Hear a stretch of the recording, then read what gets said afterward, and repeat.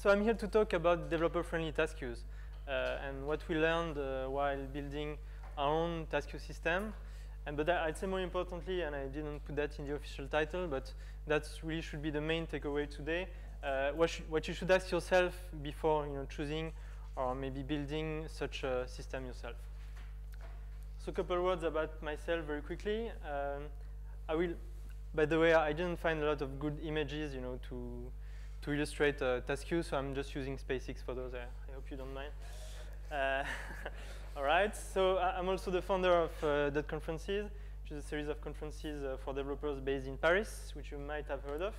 But by day, I'm the CTO of Pricing Assistant, which is a startup that basically crawls the web for e-commerce.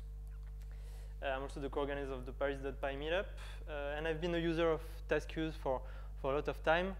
And I ended up building one which we called AmraQ. And so 4 years back, I did a presentation to one of the first Paris.py meetups about why we migrated from Celery to RQ. Celery and RQ are two very popular packages to do task queues. And it turns out that just a year after that, we actually built our own based on RQ's design that we called AmraQ. So this is kind of the follow-up to that presentation. I hope it will become as popular as this one. But by the way, this is really not a pitch in any sense of the term for AmraQ. I won't even have a slide just for it. It's mostly a feedback based on my experience on those three very different task queue packages, and I hope you can learn something from that today. So let's dive in. Let's talk about task queue and what they are. This is a really high-level overview that I borrowed from one of my colleagues. Basically, on the left, you can see the user-facing parts. It could be also a cron or an app that queues jobs to a broker, which can be thought of as a database. And then you have a lot of workers, maybe spread out on many machines or on many data centers that are just fetching the jobs in the broker, and then probably interacting with some sort of third-party database or third-party APIs to do something. That could be sending emails, that could be storing things in database, that could be doing long CPU-intensive processing. Basically, anything that you wouldn't want to put in the critical path of the user experience, something that might take longer than the user is ready to wait for. That is typically a good job to offload to an asynchronous task queue. So that's the basic schema. It should be familiar to most of you, I hope. And today we'll focus mostly on the broker and the workers, which are the two critical parts of the architecture, really. So let's have a look at a pretty random task. We just send an email. So as you see, it's pretty much is a Python function, and you can see, so it has a name, it has a list of arguments, it does some processing there, it just renders the templates based on the arguments, and then it does the one thing it's supposed to do, which is sending an email to the right user. And then usually you'd have some kind of instrumentation to just count the number of emails you sent. So that's the next line, and then you return the status to know how it went. And so this should be familiar, and the task can also be classes, but it's really the main unit of work in a task queue will be something like that. So very similar to an actual function, you should not be surprised, but you should kind of try to think about it differently, because what happens if you have that? Like if between the moment when you send the email and then when you send your metric, something happens, your worker crashes, and execution stops there. So what are your options when you have that? Should you retry the task? But if you retry, what will happen? Your user will receive 2 mails. Not good. But if you don't retry, you won't count that email. You won't have incremented your metric. And that might lead to another kind of issues. So you can already see that reasoning about tasks and making them safe is kind of a different mindset that you have to have. And a good way to think about those, those issues is to think about the properties of those functions, of those tasks. And the basic property that you really want to have in a task queue is to make your task reentrant. That means that it's safe to interrupt them at any time and then to retry them later without any unwanted side effects. It doesn't mean that it's without side effects, because there we are sending an email, but it's without unwanted side effects. And then there, for my task, the unwanted side effect is sending 2 emails, obviously. And so a function that might be reentrant and still does something might look like that. It can do something random or something depending on its arguments, and then just do one operation, insert something. And if that line succeeds, then your task is done and you are safe. If this task fails between the 2 lines, then you can retry it safely. The insert won't have been done yet. So that's a very simple reentrant task. But you can have much stronger guarantees, actually. The stronger guarantee, stronger than reentrant, is idempotent. And that means that it's actually safe to call it multiple times, even if it didn't fail. And you can be sure that the result will be the same. So an example of an idempotent task would be something like that, where you update, for instance, in the database. And this kind of operation you can do multiple times.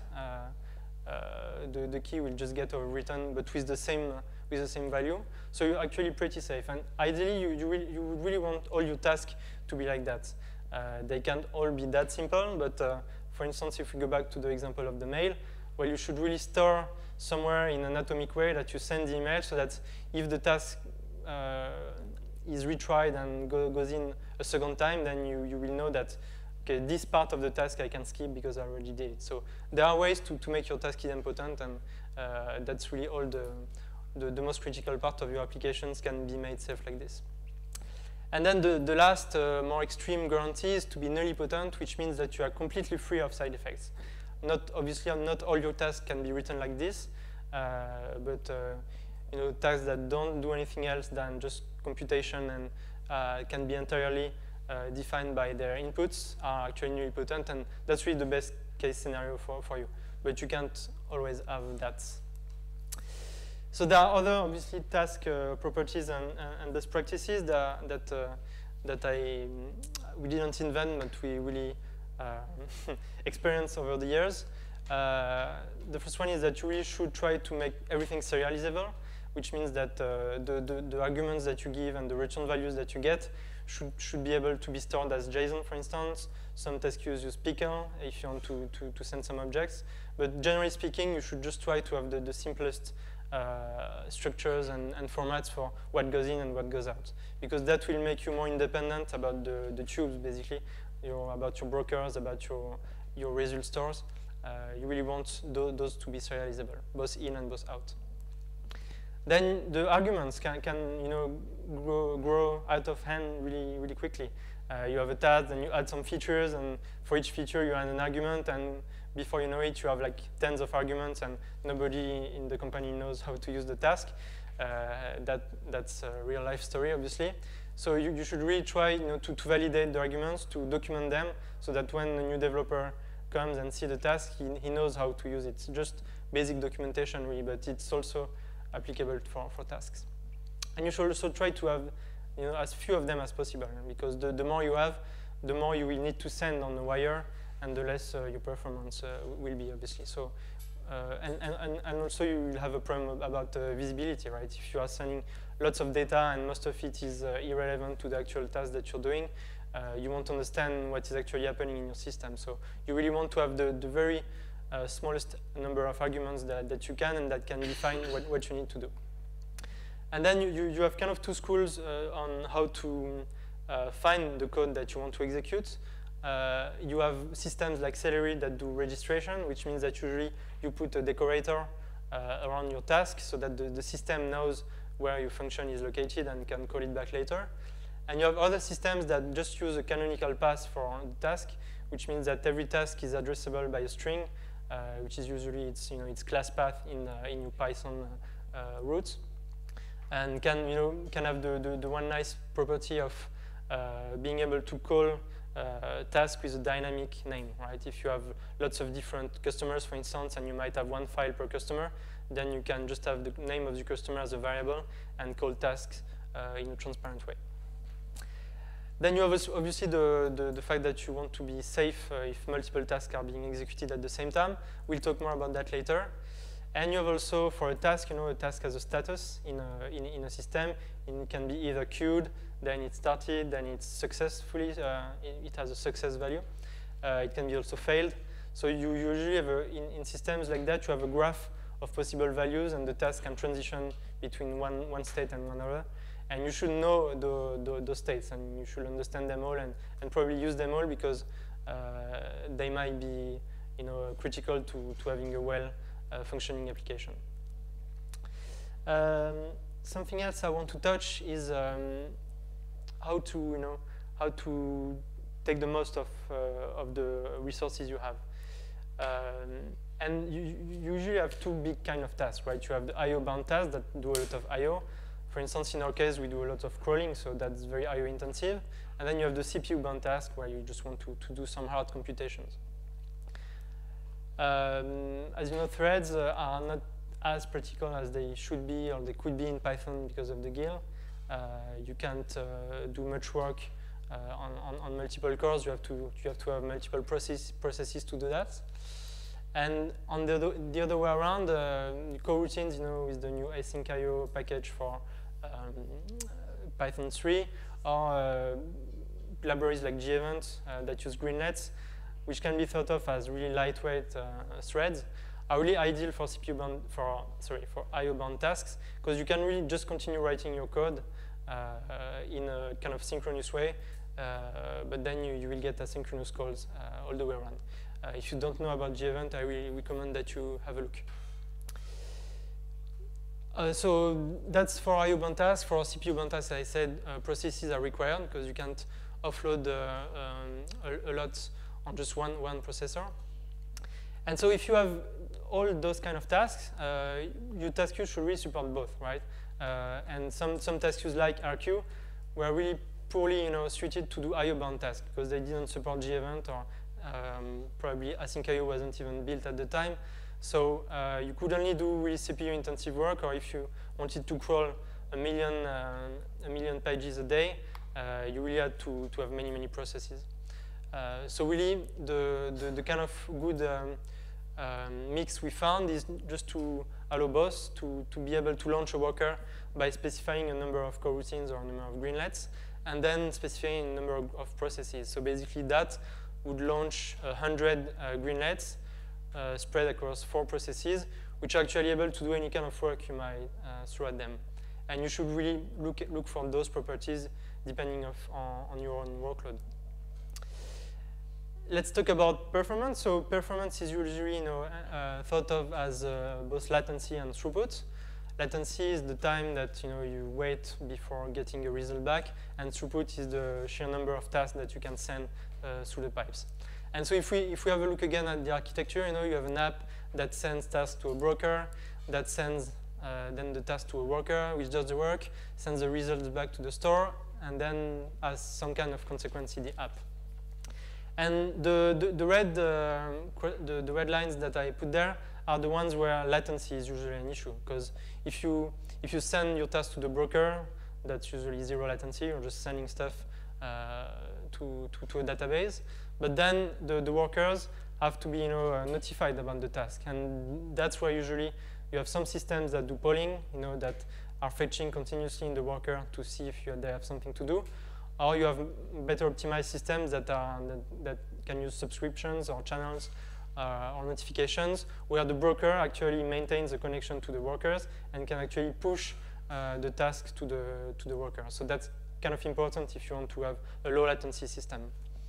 And then you have kind of the same issue actually on the app side, because once the task is done, how do you know when to fetch the result or when to take action? So many apps do the same. They just poll the result store, or some even poll the broker back.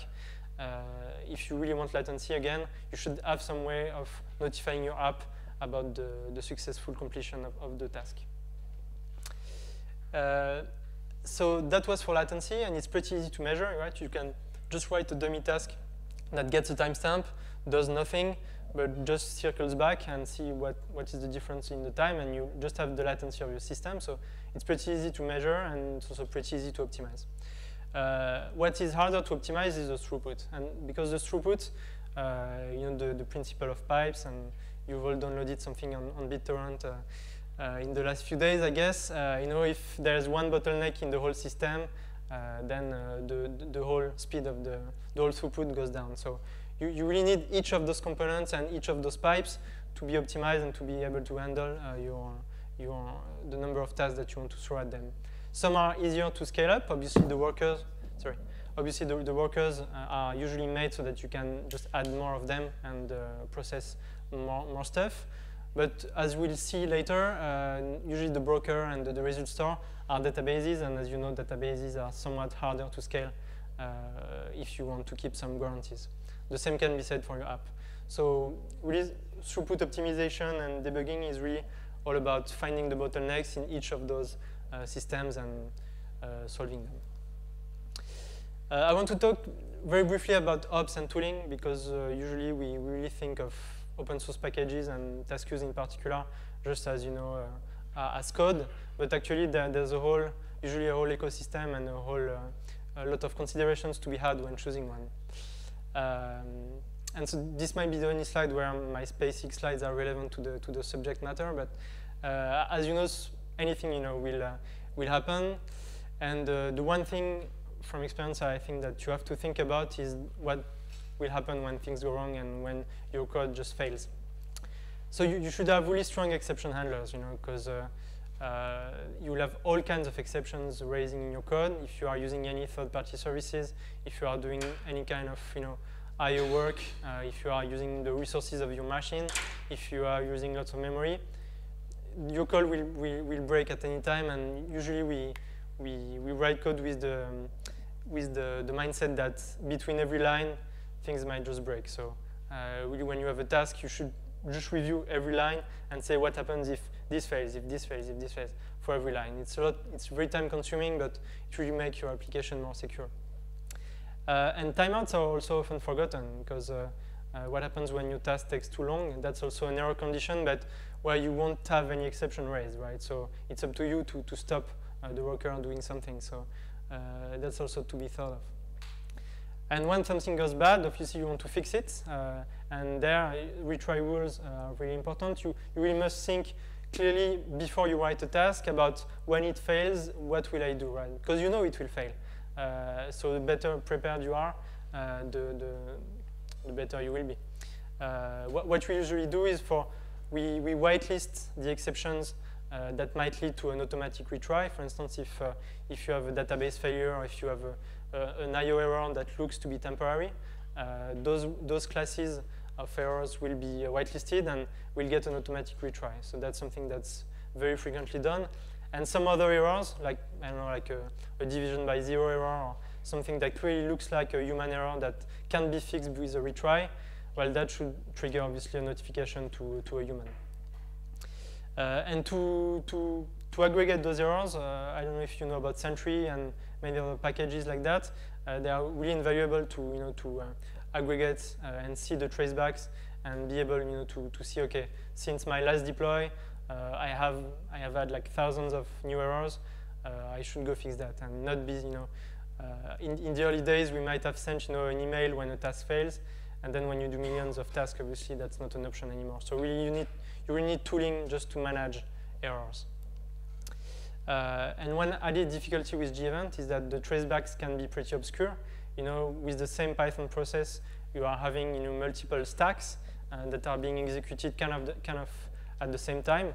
And when one fails, you might not get the actual traceback. You might get the traceback of the main coroutine. So you should also, if you use Gevent, you should actually test your traceback. You should raise yourself in your task just to make sure that when something bad happens, you will be able to see where is it, because there's nothing worse, than having a critical task that just failed in production and not actually knowing what was the issue. So you really want to have a look at that before. And then if you are really managing millions of tasks and hundreds or thousands of them fail, you also need to know which of them you want to fix first, right? some errors that are due, to a website or to a service that might be failing. Those, again, should not be really important. But if you have tasks that manage customer accounts, that send emails, those ones you really want to have someone go and fix right away. So your tasks should also be thought of with priorities. And all of this, supposes that you really think about that, and not only you put in place a technical process, as I said, automatic retries, tooling, but you should also really do a human process. If something critical fails in the middle of the night, who gets woken up? Does someone gets woken up first? And if we have thousands of errors, do we stop what we are doing? Every week, do we look at them? That's really what, at least for us, hurt us the most. We had some weeks where we just had hundreds of tasks that were failing for many reasons. If you do crawling, lots of things will go wrong, and we were really overflowed with many errors. So we really had to think about how do we want to manage that. And obviously, to help you, you really want to have good visibility on your task, and that's where really the tooling is critical. I'm just listing here what really saved us a couple of times. The ability to view the tasks, by are they started, are they queued, by the specific worker they are running on. Obviously, as I said, seeing the tracebacks. Also, the logs can be obviously helpful. You really want to time them as well, to see how long they take on average. Is this task taking much more time than usual? And sometimes you also want even to kill the tasks as they are being run. And not all the task queue systems support that. MRQ actually doesn't even support that yet. But we've seen that when you have a long-running process that is executing on a worker that's doing also many other things at once, you don't want to kill the whole worker, to stop just one task. It might be doing other stuff that you care about. So the ability to kill just one specific task inside your whole system as it's being run can be important in some systems. And ideally, you would also want some progress bars and obviously some high-level overviews. At any time, how many tasks are running, how many of them are queued, and so on. And so this is what this kind of looks like in MRQ, which has really grown over time. But today is for us is response to most of the needs we have. You have the name of the task, you have the arguments. Then you can see you have a progress bar, you can see the status, you can see the stack, the current stack of the task that is running, the logs, the results, you can cancel it, you can requeue. So all of that, depending on your needs, should be implemented in your system, because I can guarantee you that you will need them at some point. So that's a good thing to have. Memory leaks are another big issue. I can tell you how many days we lost tracking down memory leaks. Mainly because the workers that you start, are long-running processes, and who does long-running processes will have memory leaks at some point. And again, G-Event makes that even harder, and because you have multiple tasks in the same process, in the same address space, so usually your variables and your global or your shared variables are all mixed up together. And if one task among 100 of them is leaking stuff, you really have to have some good tooling to find it, because else you will lose lots of time. So watch out for obviously global variables, but also mutable class attributes. If you don't know that, if you have a class where one of the attributes is, for instance, a list, it will actually be shared between all the tasks that are using the same process. So mutable class attributes are one of the biggest the biggest pitfalls we've had for memory leaks. And I have to say that, it's surprisingly hard. Like we lost a lot of time, because I think that the tools in the Python ecosystem are not that great. You can use tools like Guppy or ObjGraph. I've included a screenshot of a typical debugging session for us, where you just obviously you install Guppy, you start up your process, you set up your context, and then you set a reference. This is when I want to start measuring memory. Then you launch your task, which might be leaking. Then you take a snapshot of the heap to see all the variables, and then you can explore the heap, and go down between all the the graph actually of the objects in memory. And I mean, that's the best way we found, right? To find, if you have a dict somewhere in some dependency that is just growing without bounds, it can be pretty time consuming to find. So the more your system is instrumented and the more tools you have, the less time you will waste. Other tools, very quickly, most task queues have a scheduler, which can be thought of as a cron when you want to start task at the same time every day or every 10 minutes or whatever. You also want, most of the time, to have a command line runner, to run your task, to debug them easily, or just to do one-shot tasks. For MRQ, it's called MRQ run. Then just your task pass and then your arguments, and you're done. Your code is just running like that. You might want to have auto-scaling. Instances on EC2 or elsewhere can get pretty expensive. So if a worker isn't doing anything, if your queue is empty, ideally you would want a system that automatically scales it down to avoid paying.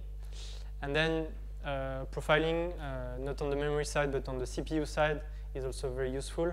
If you have a CPU-intensive task, you want to have an integrated profiler in your task queue so that you can see easily, if you launch it, what took the most time in your code. So those are all nice things to have, but they will save you time, guaranteed. So let's talk about consistency, and I think that's one of the most interesting aspects, of distributed systems and databases and task queues in general. You really have to think about consistency as a list of guarantees, that your code or that your system is giving you. And in task queues, most of the time, it's about how many times are you executing tasks, and you have three, big kinds of guarantees: at least once, at most once, and exactly once. And that means, at least once system means that you will send the task, and your distributed workers will execute it at least once, maybe twice, depending on on luck or bad luck. But you are guaranteed that it will run at least once. Obviously, at most once is the other way around. And exactly one system, obviously, you would want, in an ideal world, all your systems to be like that. But when you're actually doing real distributed systems, that's almost impossible to build, right? You have to give up some stuff to have a really distributed systems with many masters. You might have heard, about eventual consistency.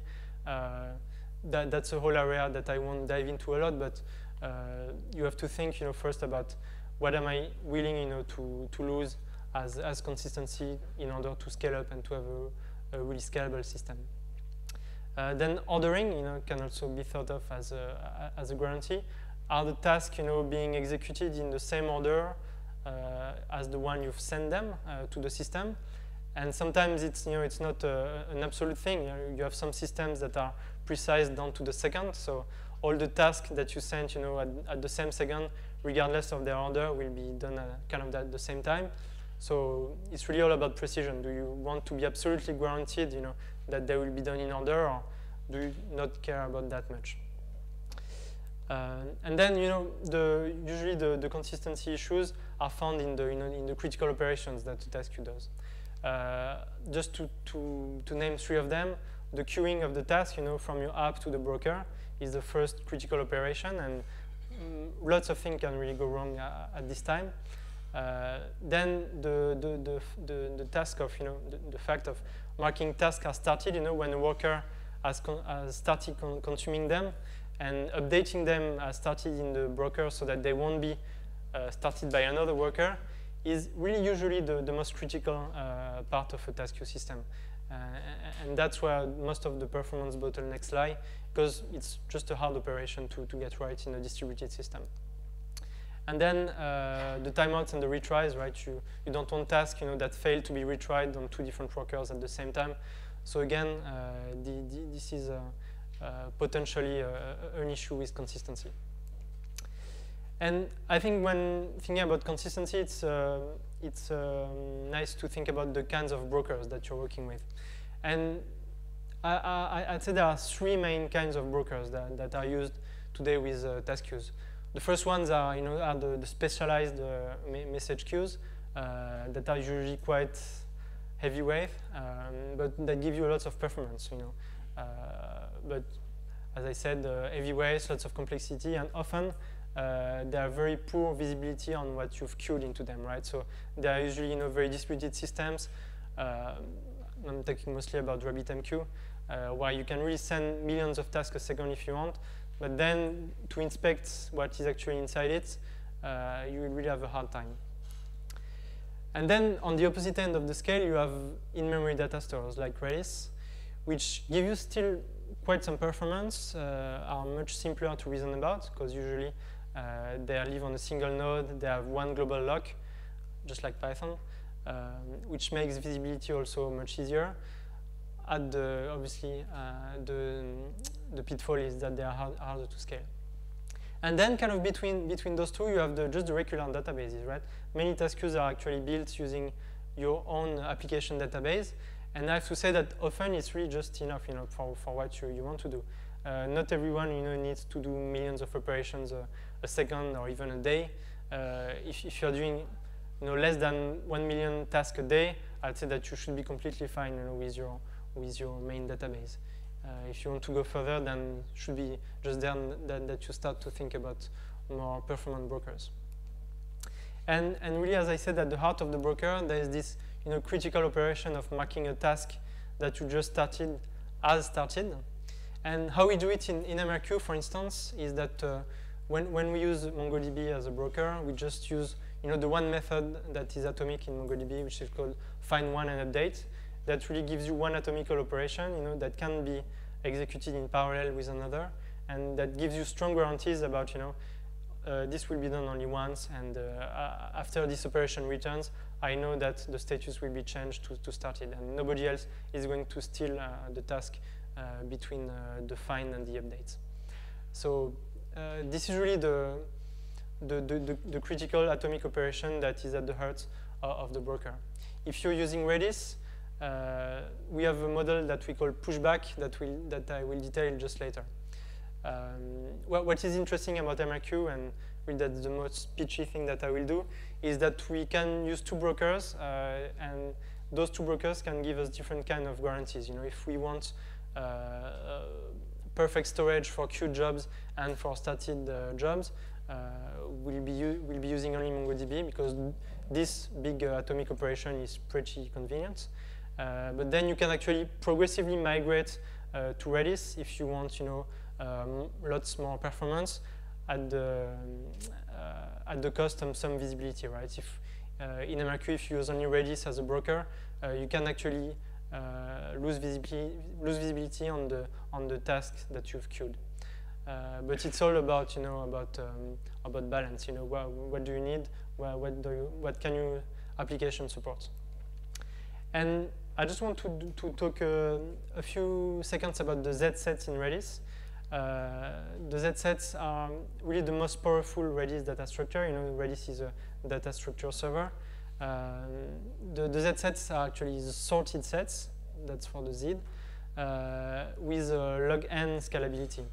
That means that you can do get and set by key, you can order by key, and you can actually do a lookup either by value or by key. And that's really extremely good for task queues, because you get unicity, right? If you want to do an operation on an item in your database, then you get the guarantee that you will queue it only once for free, because this is a set. You get ordering because of the name, a sorted set. They are ordered by key. You get atomicity of updates, because Redis is all the operations inside Redis are atomic. Redis is a single-threaded server, and whatever you send returns to you atomically. And you get a lot of performance, because Redis is very fast, being memory only. So those are actually very, very desirable properties for task queues, and we've built our model around that. What we do is when we queue a task, we queue it with the current timestamp as the key. And then we unqueue it, obviously, by increasing timestamps, fetching a key range. And then what we do is, atomically, we set new keys for those values in the future. So we just bump the value of the key a bit later. And after the task completes, it's up to the task to either remove the key from the sorted set, or to adjust it to, if you are doing something that you need to do every day, then you might bump it just by a couple hours to make sure that your task has the time to run. And when it's run, you can ask yourself, okay, when is the next time I need to do this? And then you can adjust the key at exactly the right timestamp, which actually also gives you scheduling for free. And we do that with a really powerful feature of Redis that I encourage you to look up. Is the Lua scripting. Those scripts are actually executed also atomically. So as you can see, what this does is that it does a Z range by score, so that kind of gets you a list of values sorted by their key. And then for each of those values, you do a Z add, which actually changes the key to something in the future. And while doing this script, you are guaranteed that that's an atomic operation. You can't have the same issue that we had with our task, that what happens if I fail between my first Redis call and my second Redis call. That can't happen there, because Redis gives you the guarantee that this code will execute inside the lock and will be atomic. And obviously that's what we want for the broker. So that's a really simple way to do smart atomic operation in Redis. And when you are building task queues based on Redis, it's usually the right way to do it. So just to conclude on the consistency guarantees, you really want them to be thought of for the whole system, not just for the broker. Because your broker might be perfect, might give you lots of good guarantees, but then first your broker can be misconfigured or misused. You could use a different set of features, or you could use it the wrong way. And obviously, your workers are free to do whatever they want, right? Like they can drop tasks, they can really do whatever. So if you really want to consider guarantees in your system, you should think as a system, from the start, from the queuing time to the end, to the result of your task, not just with individual items. And that's it, time to choose which kind of system you would want to use for your app. My main message today, if you really just have to remember one thing, is that you really should first think hard about what are your requirements, because there are many different, kind of task queues available, and different architectures, different brokers, different systems, but none of them, is the right silver bullet or the answer to everyone. You really have to think about your requirements, and those requirements, the first angle is your task queue the very foundation of your startup? For us it is, because our job is to crawl millions of pages every hour. It's a critical system. If it fails, then we are out of business. So this kind of makes you think very differently about your task queue. Or is it just a side system which is just dealing with some emails, with some cleaning tasks? Is it completely sideways up to your compared to your main issue? And that also means that you don't want to have a system as complex. If it's your main business, then you should invest in it. You should spend lots of time probably with a more complex system. If it's just on the side, then you should probably just pick something that is simple to understand and go with it. Obviously, what performance do you need? Are your tasks, as I said before, IO bound, CPU bound? That's important to know before. What level of visibility, what kind of control do you need? Do you need to stop tasks? What kind of features do you need in your dashboard to be able to work every day with your system? Can your workers just shut down? And if you have thought about it, the answer to that is always yes, because it can, Murphy's Law and all. But the question is not will it happen? The question is how bad will it be for you, right? If it's just a cleaning task that fails, then you're okay. If it's again a customer account management system that fails, a credit card system, then probably you have a huge problem. So how bad is it, when a worker terminates? And that can really influence a lot of design decisions that you will take when choosing. Because some task queues are built for reliability, will give you strong guarantees, will give you good retries. Some other are just, kind of shoot and fire, whatever. The other are more done to do tasks that are not as important. And finally, what language interrupt do you need, right? Are you working only in Python? In which case, a task queue based on Pickle will probably be fine. Or are you also working with other languages? In which case, you might, well, you might want to have more a JSON-based system, obviously. And then, obviously, those were only the questions you should ask that are specific to task queues. But all the the usual questions have to be asked first. Also, does it have a lively community? What about its license? How good is its documentation? What are the future plans of the maintainers? I shouldn't be teaching you anything there, but those are questions you should ask before, not after. And so, which one to pick? Again, I don't really want to take sides, and I hope that the few pointers I've given you, will help you while choosing one. Will help you just ask the right questions, because that's the thing. A few comments on the three main open source systems I mentioned before. Celery is really the kind of reference task queue in Python. It has extremely high performance thanks to a variety of available brokers, very large community, but it's also very complex. I think just the list of changes for the last major version of Celery is as big as RQ's whole documentation. Right? So it's an extremely complex system, and upgrading from major version to the next can really take weeks, if not months, in complex systems. Then you have RQ, which we migrated to back in 2013. It's extremely simple to understand. It's less than 2,000 lines of code. You can read the whole code in less than an hour. You have a class for a worker, you have a class for a job, you have a class for a queue. Extremely simple stuff, but in return you get not optimal performance. The main issue we had with that is that it didn't support G-Event, which we really needed badly for IO-intensive work. Which is why we built MRQ, which gives you obviously G-Event, as I mentioned, but also gives you the freedom to adjust the task visibility versus the performance. Do you want extreme performance, in which case you will be using a system more like Celery, where you kind of lose some visibility over what you've queued inside? Or do you want low performance but extreme visibility on your tasks, in which case it's mainly based on MongoDB, which gives you a really nice dashboard with aggregations, with a lot of inspection possible.